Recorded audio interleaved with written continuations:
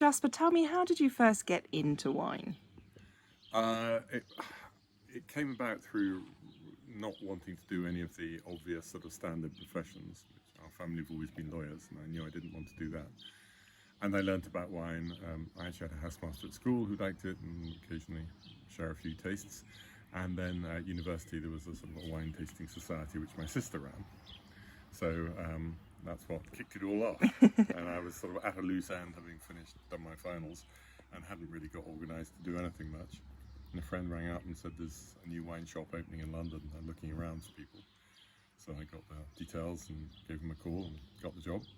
That was a little shop called Burley and Goodhouse, of whom Burley was Mark Burley, who owned Annabelle's, and Goodhouse is Johnny Goodhouse, whose company, his own company, still exists. So that took me from end of the summer of '79 through to February '81, when I started my own business. Excellent. And you're obviously very well known as, the expert of Burgundy. Did any other region have a look in before you started to kind of deep dive on Burgundy? Sure. I had no idea that it was going to be Burgundy. We did know that we were going to import almost entirely from France. It probably would have stayed France, except that I discovered incredible Californian wine from Bon Climat, and then later on New Zealand and Spain and various other places. But originally, our first logo was a picture of a map of France, coloured in blue, with what was fortuitously a Burgundy-shaped bottle in the middle of it. But in that first year, I drove at various different times of year around all of France, and found some amazing things in the Loire, one or two things in the Rhone. Bordeaux I knew wasn't really going to be for us because A, we didn't have the money to make any significant purchases, and B, it already was really well done in the UK, so there was nothing we could have added. But Burgundy, I met this extraordinary lady, Becky Wasserman, our next door neighbour since we came here in '91. So I met her in '81, and she introduced me to the sort of up and coming domain bottle Burgundy, which hardly existed in the marketplace in England. There were a couple of other people who started their companies at the same sort of time, like Haynes Sanson and Clark and Domain Direct, and also Richards Walford and Bibendum, all of whom developed an interest in Burgundy, if not just Burgundy. And I was like, the first person I met here was Dominique Lafont, Domaine Comte Lafont, and so it progressed. And there was clearly something going on. There were people who could talk with such enthusiasm about what they were doing, and not enthusiasm trying to persuade you to buy the wine, because at the end of it all they'd probably say they had nothing to sell, but just enthusiasm about what they were doing and how they were doing it, that was completely captivating. And I hadn't seen anywhere else in France. Excellent, fantastic. And tell me about, what do you think, the industry has changed so much in that period. What do you think are the greatest challenges that Burgundy faces as an industry today? Well, now, obviously climate, same everywhere, but Pinot Noir grape is one which is particularly sensitive to heat. Chardonnay is a bit more forgiving, and there's also an alternative possibility in whites in Aligoté, which is becoming a lot more interesting and more serious as a grape. So that's one thing, and people are trying really hard. They're really reflecting on what they need to do in viticulture. But you're making a guess, because these are unknown circumstances. And if the guess is, how do I replant, then you're making a decision that's for 30 or 50 years, and you might not get it right first time. The other thing is how to live with success, because for the first 20 years of me trying to sell wine and becoming a specialist in Burgundy, it was still a struggle to get people interested in Burgundy, apart from as an afterthought, we'll try a bit. While ordering up all our Bordeaux. Of course that's changed, and you could say 2005 was the turning point, but it was happening before then, and it's accelerated since. And every market in the world is now interested in it, and everybody can see everybody's prices, and there's not much volume anyway, so it only needs somebody just to put on a website somewhere a totally unrealistic high price. And people seem to think that's the market price, which you can't do with Bordeaux, because if you say, I rather like Lafite 1980, 90, whatever it might be, and I'm going to charge more for it because I think it's worth more, everybody else will look around and see, but I can buy it there cheaper and there cheaper and there cheaper. But that's not true in Burgundy. So it's got ludicrously expensive, and it doesn't make the growers happy, most of them. There are a few who like it and are really benefiting from it, and there are plenty who don't like it but still probably benefit from it. But it is upsetting in a way if you're a grower and you already charge a very good price for your wine, and you see it the day after you've sent your prices out, you can see somebody offering 10 times or 15 times that amount for it, or putting it up for sale at that price. And it may only be a tiny amount of what you proposed as a producer, what you put on the market, but it suddenly becomes out there as a seemingly official price. And then everybody in Burgundy gets blamed for it instead of the middleman or the end consumer. So it's tricky, and they're not quite sure how to react. But certainly if you sell at 100 units and you see it changing hands at 1,500, you scratch your head a bit and think, well, maybe we should have a bit more of that along the way.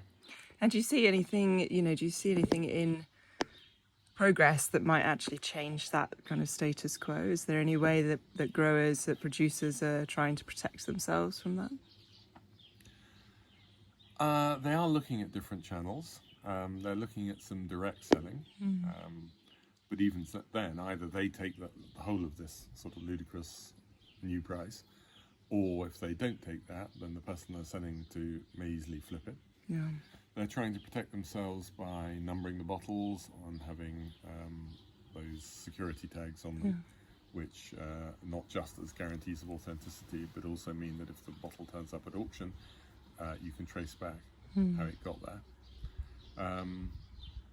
But it's all quite hard work, and it's not a guarantee. I've been saying it requires some sort of major geopolitical upheaval to derail it. But we've just had COVID, Ukraine war, various other political upheavals, Trump tax, China-Hong Kong politics, Brexit, and none of it's had any effect at all.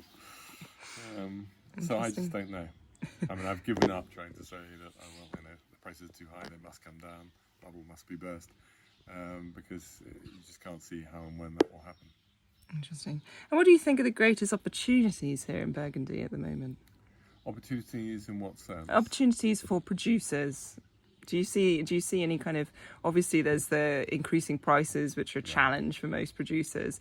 Have you seen any opportunities in terms of, progressing to new areas, or as you mentioned, Aligoté, the growth of Aligoté? There's no real space to plant new vines, not in the more famous villages. Every so often you can see a little bit of forest that's been nibbled back. And if you go to Gevrey-Chambertin later in the week, in Côte-Nuit, there's something called the Combe de Lavaux, which is behind the village and stretches back up to the hills, and you can see where they've just taken a bite out of that and just planted.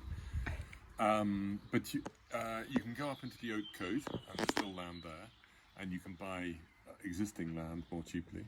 Villages like Saint-Romain, Océ-Durès, Montely, which were possibly a bit on the cool side, particularly the first two. Now the climate suits them better. Down in the Mâconnais, there's still a lot of scope. Not so much in the famous appellations like Puy-Fissé, but a lot of the Mâcon village, there's plenty you can do there. So yes, it's just in the famous Côte d'Or villages, not really. Yeah. Okay. Interesting. And what beyond kind of Burgundy, you mentioned that you're a fan of lots of different Pinots from around the world. What are the regions that really kind of captivate you in terms of their quality of Pinot Noir?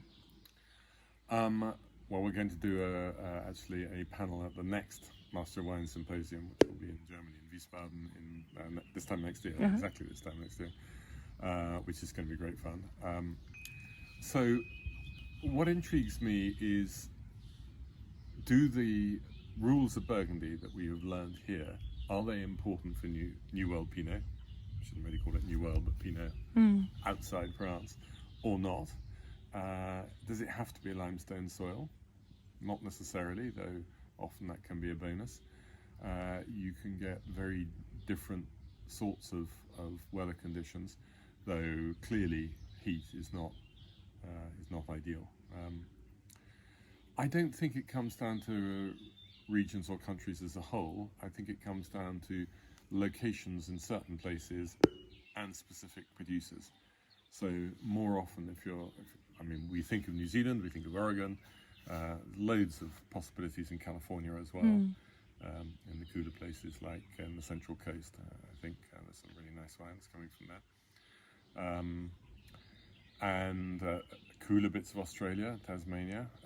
But again, it's down to this bit of this valley, I think, rather than a whole region. Excellent.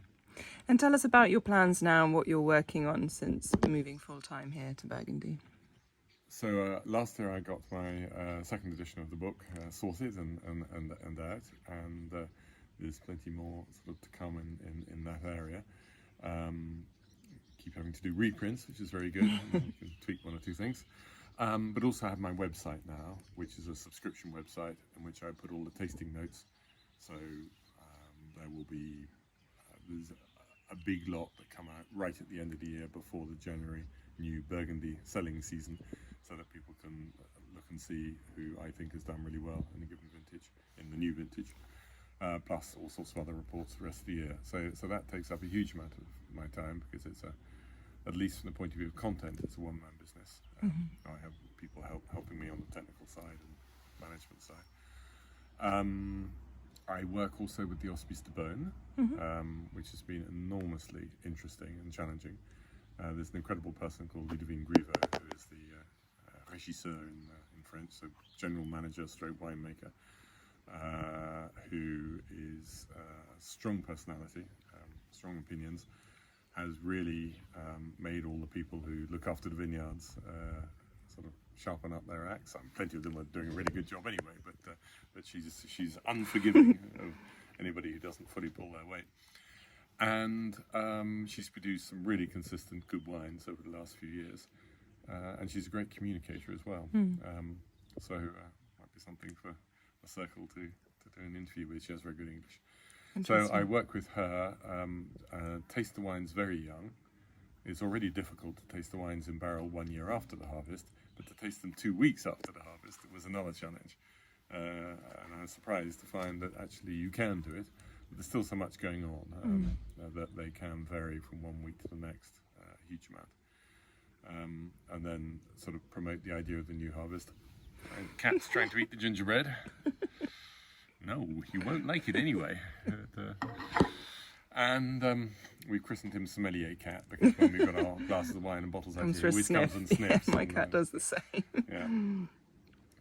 And can't have the gingerbread or my cup of tea.